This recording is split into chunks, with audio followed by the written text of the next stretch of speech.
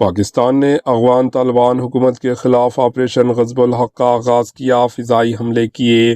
پاکستان نے سرحد پار سے مبینہ بلا اشتعال فائرنگ کے بعد افغان طالبان کے خلاف آپریشن غضب الحق شروع کیا۔ سرکاری نشریاتی ادارے پی ٹی وی نیوز کے مطابق پاکستانی فوج نے فضائی حملے کیے اور کابل، خاندار اور پکتیا میں افغان طالبان کے اہم فوجی ٹھکانوں کو نشانہ بنایا۔ سرکاری نشریاتی ادارے نے اطلاع دی ہے کہ ان حملوں میں کابل میں بیریگیڈ کے 2 ہیڈ کوارٹر تباہ ہو گئے، جبکہ خاندار میں ایک ہیڈ کوارٹر اور ایک بریگیڈ ہیڈ کوارٹر تباہ و برباد ہو گیا۔ سیکیورٹی ذرائع کے حوالے سے کہا کہ پاکستانی فوج آرمی کسی بھی جارحیت کے لیے پوری طرح تیار ہے اور منہ توڑ جواب دینے کی صلاحیت رکھتی ہے۔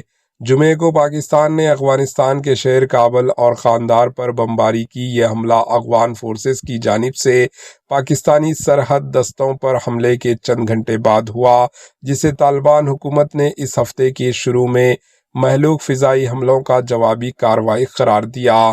پاکستان نے دعویٰ کیا کہ اس کی آرمی نے 133 افغان جنگجوؤں کو مار گرایا ہے، جبکہ کابل نے اپنے حملے میں 55 پاکستانی فوجیوں کو مارے جانے کا دعویٰ کیا۔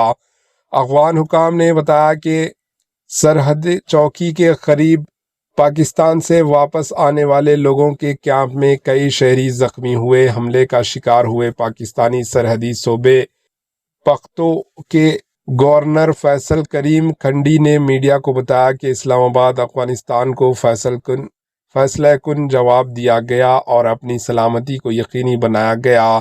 گورنر نے کہا کہ ہم پیش رفت پر گہری نظر رکھے ہوئے ہیں اور پاکستان کے رد عمل کی نوعیت کا معاملہ کر رہے ہیں۔ Bureau report AHN news.